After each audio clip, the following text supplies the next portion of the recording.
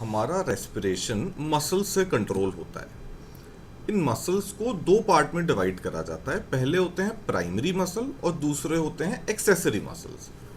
Primary muscle उस muscle को बोला जाता है जो नॉर्मल रेस्पिरेशन में काम आती है। मतलब जैसे हम सो रहे हैं या आराम से बैठे हैं, कुछ पढ़ाई कर रहे हैं, तो normally primary muscles of respiration का यूज होता है। लेकिन ये जो एक्सेसरी मसल्स हैं ये तब काम आती हैं जब हमारी सांस फूल रही होती है। हम एक्सरसाइज कर रहे हैं, किसी डिसीज से किसी की सांस फूल गई, तो ये होती हैं एक्सरसाइज में, ब्रेथलेसनेस में, या किसी भी रीजन से अगर स्ट्रेस है बॉडी में, फिजिकल स्ट्रेस आ गया। अच्छा, अब primary muscles of respiration divide होता है इंस्पिरेशन में। प्राइमरी मसल्स ऑफ इंस्पिरेशन, जो कि मेन डायफ्राम होता है, वो हम पढ़ चुके हैं।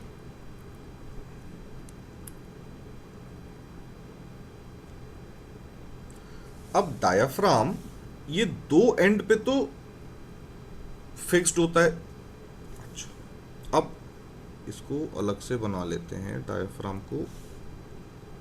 ये रहा डायफ्राम। डायफ्राम का जो सेंटर होता है, ये डायफ्राम का सेंटर ड्यूरिंग इंस्पिरेशन नीचे मूव करता है। मतलब ये नीचे आ जाएगा। अब जब ये आप सोचो नीचे आएगा तो ये जो लंग है इसकी कैपेसिटी बढ़ जाएगी। तो डायफ्राम करता है कॉन्ट्रैक्ट,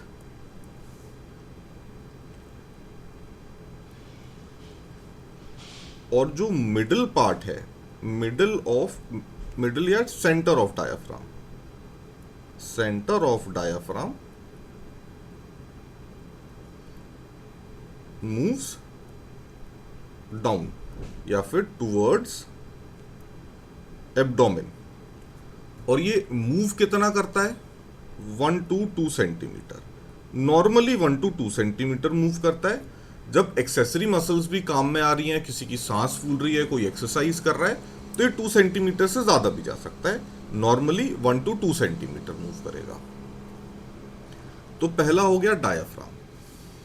दूसरी प्राइमरी मसल होती है external intercostal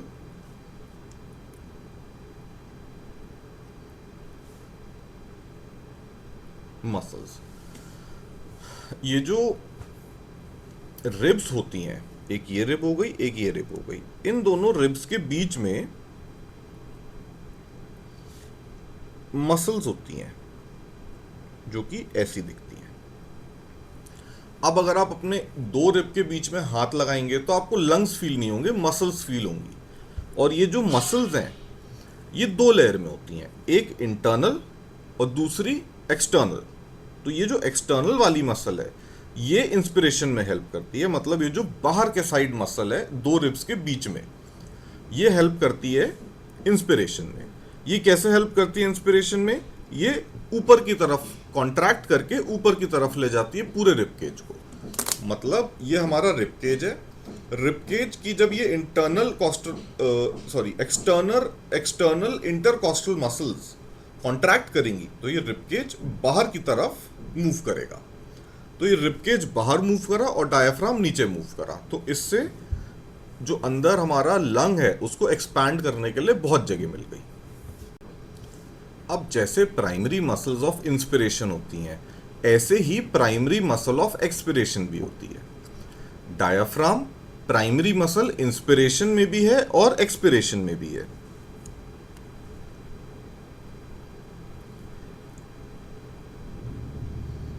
primary muscles of expiration,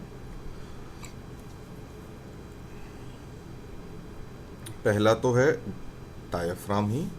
ये डायफ्राम जो इंस्पिरेशन के वक्त नीचे आ जाता है ताकि लंग्स को एक्सपैंड करने की जगह मिले। एक्सपिरेशन के वक्त ये ऊपर मूव करता है। तो पहला हो गया डायफ्राम। तो सेंटर ऑफ डायाफ्राम ये मूव करता है upwards 1 to 2 centimetre he move करता है ये, और ये ऊपर मूव करेगा। इस ऊपर के मूवमेंट से जो लंग्स हैं उनकी कैपेसिटी कम हो जाती है और ये एयर बाहर आ जाती है। और दूसरी होती है इंटरनल कॉस्टल मसल, लेकिन एक्सटर्नल नहीं। एक्सटर्नल हेल्प करता है इंस्पिरेशन में, इंस्पिरेशन में एक्सटर्नल और एक्सपिरेशन में इंटरनल।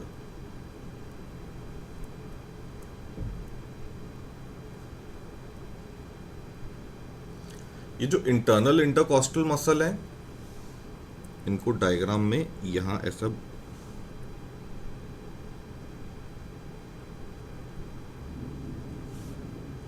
ऐसा बना लेते हैं। अब आपको इंस्पिरेशन का याद दिलाऊं तो ये ऊपर मूव कर रहे थे इंस्पिरेशन के वक्त, एक्सपिरेशन में ये मूव करेंगे नीचे। तो ये सारी मसल्स नीचे मूव करती हैं। तो जैसे ही नीचे मूव करेंगी, रिब केज अंदर के साइड आ जाएगा और अंदर की कैपेसिटी, लंग्स की कैपेसिटी कम हो जाएगी और एयर बाहर आ जाएगी। इसको लिख लेते हैं। Internal intercostal muscles, so they move downwards and inwards, या फिर इसको आप ऐसे लिख लो कि दिस ये करता है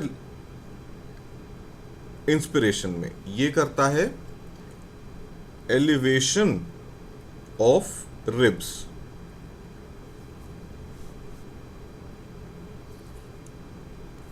एंड ये करता है pulls the ribs downwards. Primary muscle के बाद हम पढ़ते हैं एक्सेसरी मसल्स ऑफ रेस्पिरेशन।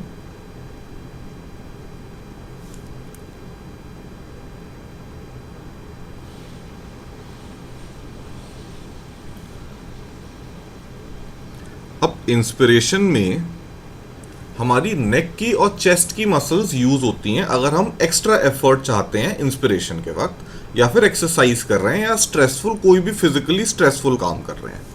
तो पहला होता है स्टर्नो क्लीडोमास्टॉइड। स्टर्नोक्लीडोमास्टॉइड अगर आप जोर से सांस लेंगे और बहुत एफर्ट मार के सांस लेंगे तो आपको खुद फील हो जाएगी कि ये मसल आपकी कॉन्ट्रैक्ट कर रही है। तो ये आपको फील होती है नेक की मसल कॉन्ट्रैक्ट कर रही है। दूसरी नेक की मसल होती है स्केलीन मसल। फिर चेस्ट की मसल होती है पेक्टोरालिस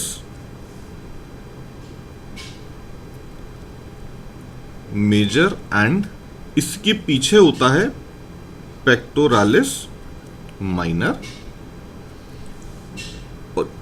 पेक्टोरालिस मेजर, माइनर, और उसके साथ होता है सेरेटस एंटीरियर।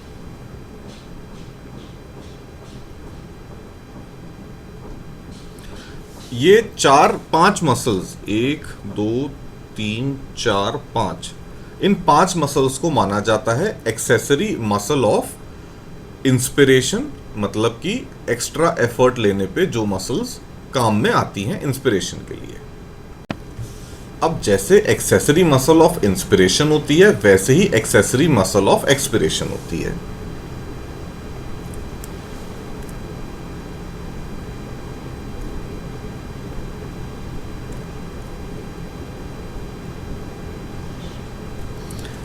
ये accessory muscle of expiration basically abdominal muscles होती हैं, पेट की मसल होती है। ये जो पेट की मसल है रेक्टस एब्डोमिनस, ये आप सब जानते हैं, इनको 6 पैक या 8 पैक एब्स भी बोलते हैं।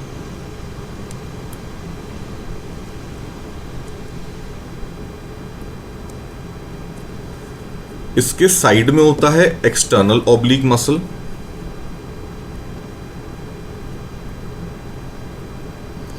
और इसके अंदर के साइड होता है इंटरनल ऑब्लिक मसल।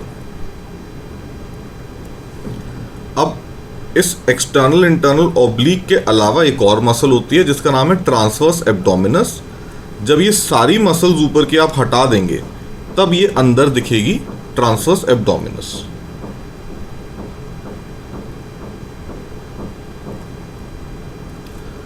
अब इन 4 मसल्स के अलावा एक इंटरनल इंटरकॉस्टल मसल को भी बोला जाता है एक्सेसरी मसल ऑफ एक्सपिरेशन। उसका रीजन ये है कि ये मसल नॉर्मल रेस्पिरेशन में भी हेल्प करती है और जब एक्स्ट्रा एफर्ट मार रहे हैं, एक्सरसाइज कर रहे हैं या सांस फूल रही है तब भी हेल्प करती है। तो इंटरनल इंटरकॉस्टल मसल एक्सेसरी भी है और प्राइमरी भी है एक्सपिरेशन के लिए।